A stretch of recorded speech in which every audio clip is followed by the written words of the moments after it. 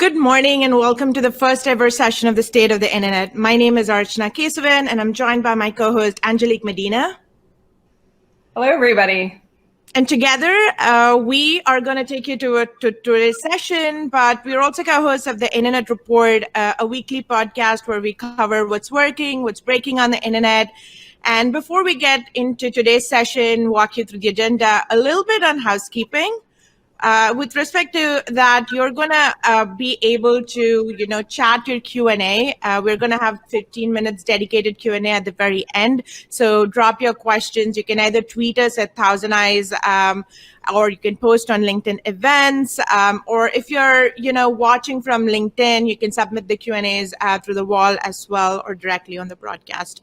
And then a recording of this show will be sent to you shortly. So with that, we'll get started here. Angelique, like 16 weeks ago, we didn't necessarily have what's called the Internet Report, the podcast, right?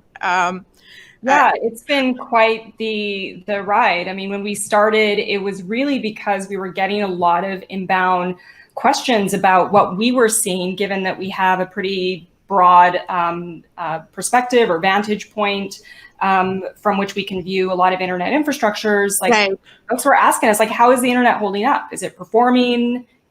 What's going on? I know. And like, if I think back, we've always been thinking of doing a podcast, just from the perspective of covering, the good, bad, and the ugly of internet and outages.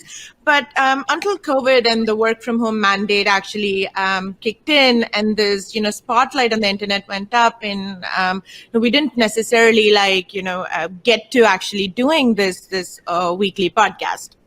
Yeah, that's right. And it was interesting because there was a lot of discussion, largely from people outside of the network operations community about, is, for example, Netflix going to break the internet, not really understanding how CDNs work or content delivery necessarily works. And so there was a lot of not necessarily misinformed, but just sort of, like a layperson's understanding of how the internet works. And that was actually one of the reasons why, again, why we started kind of putting more content out. But also one of the reasons for a show like this is to give a lot of the network operators the forum to kind of discuss what they were doing behind the scenes in terms of serving content and keeping, everything flowing.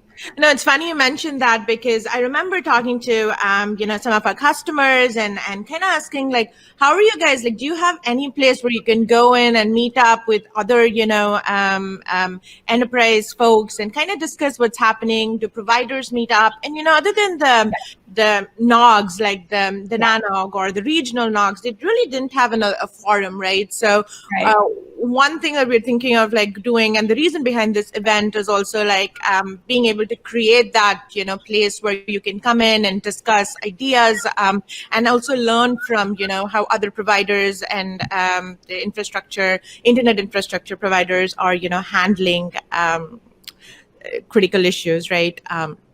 Yeah, absolutely. And we've had several people on our show, whether it's been from the Internet Society or from SaaS providers, like, for example, Uber. They came on the show and talked about their cloud strategy, or Cloudflare that talked about their perspective on internet security. So we've had really kind of a broad set of individuals that we're bringing in and, providing a forum for them to discuss with the community and to engage. So that's really the intent behind the show, and also events like this. So we're hoping that it will be the first of several, because we have some really great content to share today, really kind of lifting the lid for a lot of folks on, again, some of this work that's been done in the background, whether that's been related to traffic engineering or to optimization of applications themselves.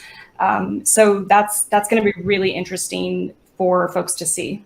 Right, right. And then, with that, getting on with like today's show and actually what the agenda is going to look like. I mean, you guys have registered, so you've seen the amazing list of speakers that are here today, but just walking through the agenda a little bit and kind of giving you a perspective on, the different types of sessions, because it is a 4-hour event.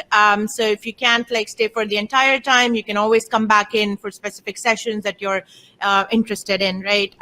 So first off, we are going to kick off with Angelique herself. Angelique's been leading the research on, how the internet is doing in over the last few months with the work from home mandate and, COVID, situation. And then I think, Angelique, you mentioned this, like the unique perspective we provide and we bring in is from the vantage points and that we have as a company, as ThousandEyes, and kind of understand how the internet is holding up. So there's some really interesting data in there, so definitely don't miss that. And after Angelique's session, David Belson from the Internet Society is actually going to go on, and he's hosting a panel with Jim from the New England Neutral Internet Exchange, Jana Iyengar from Fastly, and then Scott from NYC Mesh. And his talk is more focused on, internet resiliency in the time of COVID. So stay tuned for those two sessions. There's going to be no Q&A for these sessions, but keep sending your questions, and we have like 15 minutes allocated at the very end, and we'll like get to those then. Yeah, and then we have actually quite a number of CDN providers that are speaking today, which is great. And even from two ISPs, so Verizon and CenturyLink, from the CDN side of the business, talking about how they've rose to the challenge in terms of delivering content under some very unusual conditions.